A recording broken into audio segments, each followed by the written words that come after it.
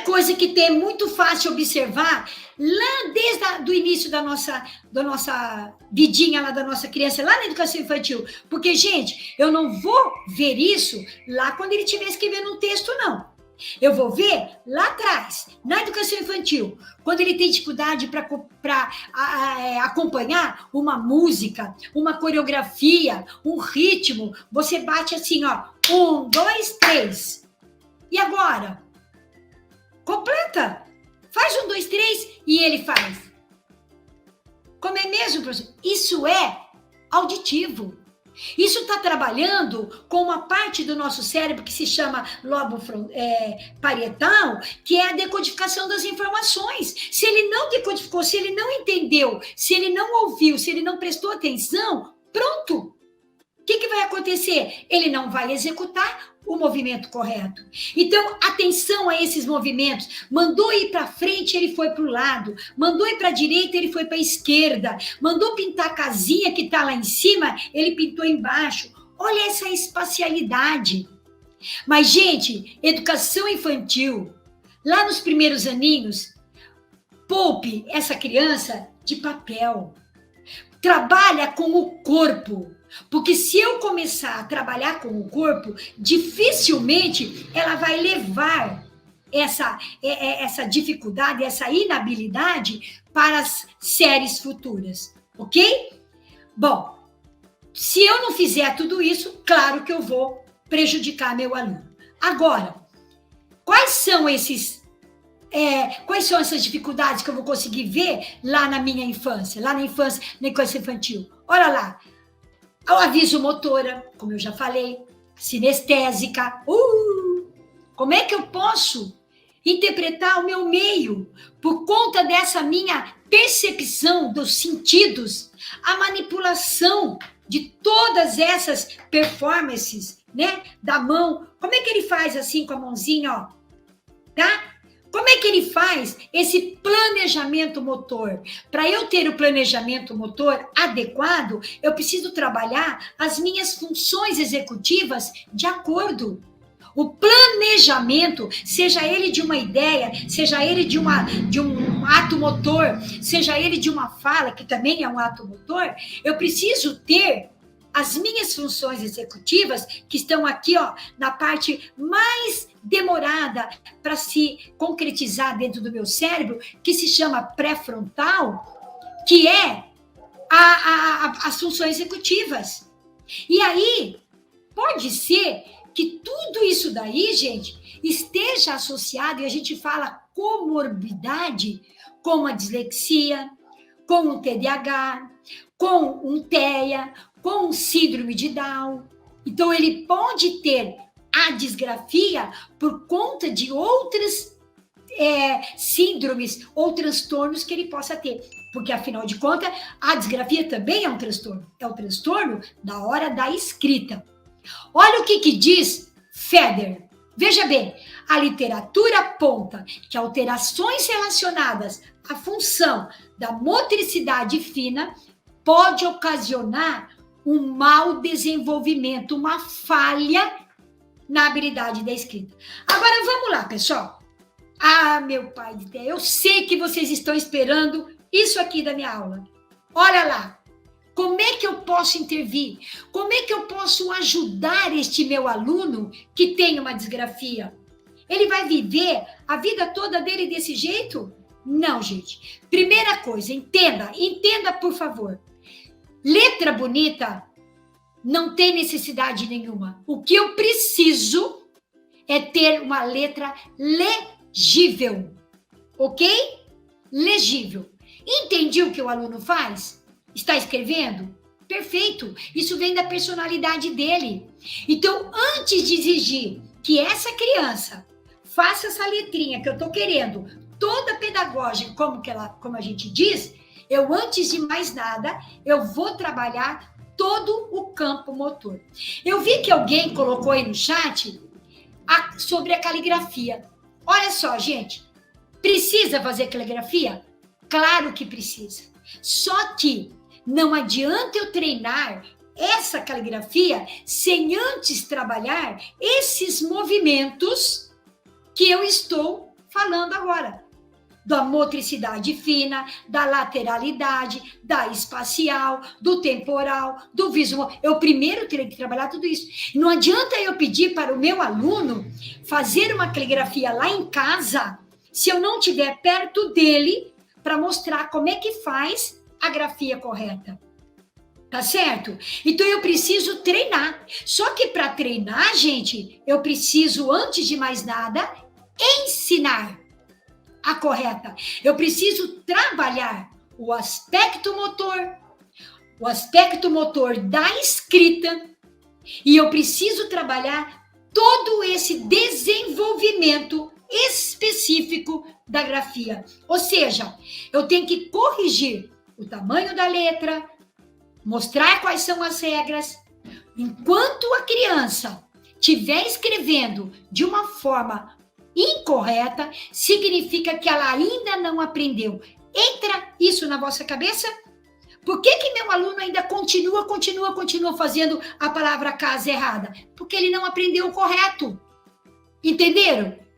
Não é por uma falta de disfunção, é porque ele não entendeu. Então eu volto, explico de uma forma diferente para que ele possa internalizar essa forma específica da letra. Ok? Então eu tenho que trabalhar, gente, e se eu ficar repetindo isso, é chover no molhado, mas eu tenho que trabalhar essa postura correta, o visual, eu tenho que trabalhar todo esse controle motor, tá certo? Agora, hoje, tanto eu quanto o professor Wesley, estamos falando corrido, rápido. Se você optar por fazer um curso conosco, você vai ter isso ipsilipsis. São 8 horas só para eu falar sobre a disgrafia, sobre a dislexia, sobre a descalculia. Eu vi aí que alguém perguntou qual é a diferença. Eu não consigo falar agora, senão eu não chego no meu patamar. Entende? Mas eu vou ter lá um monte de tempo para trabalhar tudo isso com vocês de uma forma prática. Ok? Vamos lá, gente. Vou dar algumas ideias para vocês. Não repreenda. Não fique batendo o teu dedinho assim, ó. Eu já não falei para você? Eu já não falei para você? Não, você já falou trocentas vezes, mas não adianta.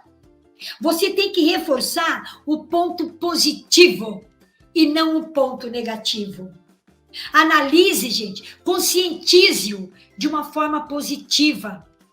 Ensine-o, entregue para ele, de alguma forma, alguns exercícios com caixa alta, ou com caixa baixa, ou com a letra impressa minúscula, mas maiores. Entende? Para que ele visualize. Para que ele visualize aquilo que você está fazendo. Faça pertinho dele como que é a tua escrita. E olha, gente, você não pode exigir de um aluno aquilo que você não tem. Eu não posso exigir que meu aluno seja excelente na leitura se eu sou péssima na leitura, tá bom? Então, como é que eu vou exigir que meu aluno faça uma caligrafia excelente se eu não estou conseguindo ter a minha letra? Ok, gente? Muito bem. Vamos para algumas sugestões de trabalho? Veja lá, gente. Ó, imitar o bico do pato. Sabe aquelas brincadeiras de se fazer na sombra? Pois é, isso aqui é espetacular. Contornar fichas, seguir tracejados, fazer dobraduras, excelente. Rasgar, amassar o papel, mas não joga o papel dela fora, não. Coloca um durex, coloca uma fita crepe e vamos brincar de peteca. Olha, colocar a bolinha ou uma tampinha no meio do dedo para fazer este movimento. Tá vendo? Só um pouquinho, Mará, por favor.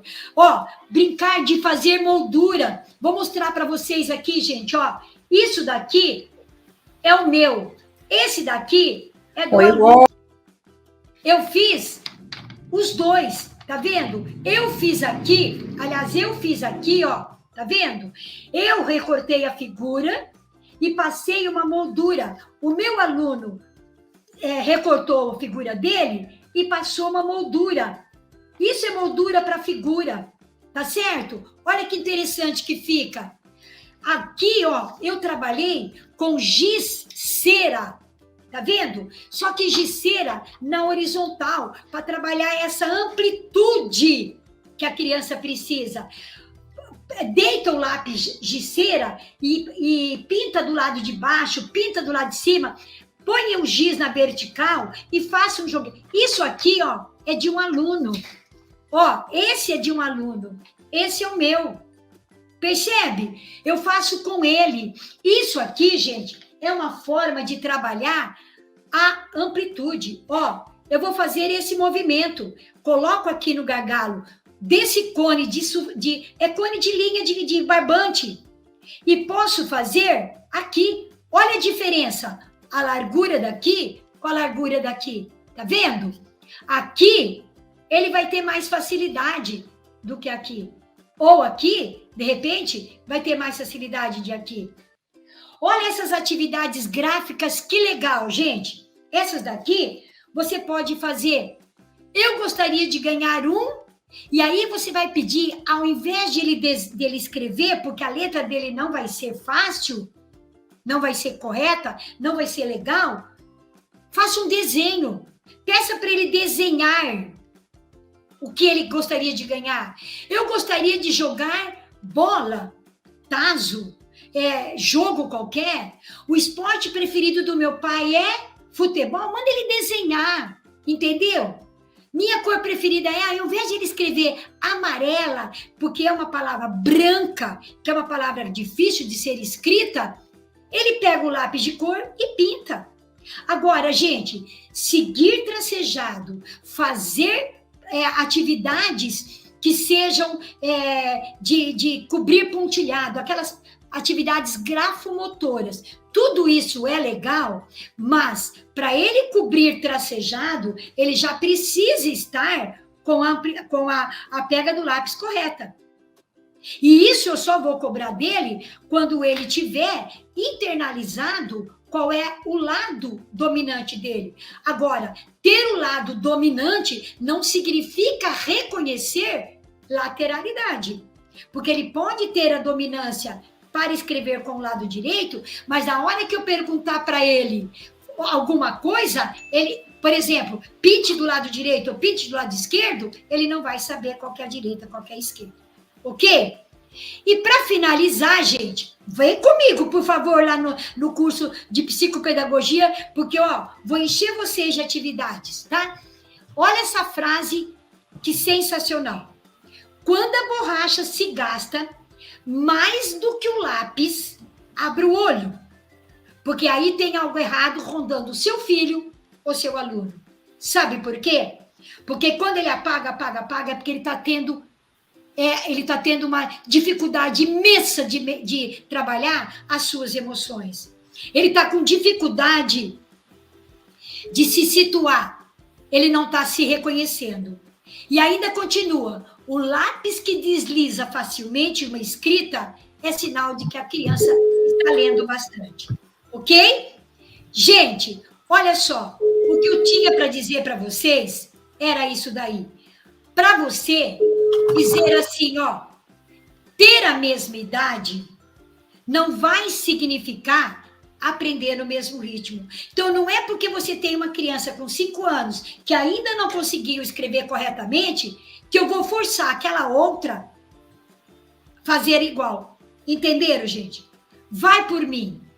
Quando você quiser igualar, observa primeiro se ele está no campo cognitivo e no campo motor adequadamente também, tanto para a idade quanto para a escolaridade. Ok?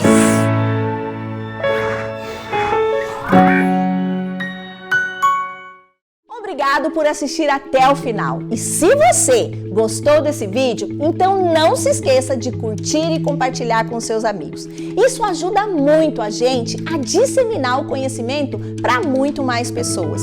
E se ficou alguma dúvida ou sugestão, pode deixar aqui embaixo nos comentários que teremos o maior prazer em responder. Eu adoro quando vocês contam as histórias de vocês em sala de aula, porque isso enriquece muito a discussão. E aqui na Rema, o conhecimento não tem fim. Quer saber mais? clique aqui no vídeo que está aparecendo na sua tela para aprender ainda mais. Até a próxima!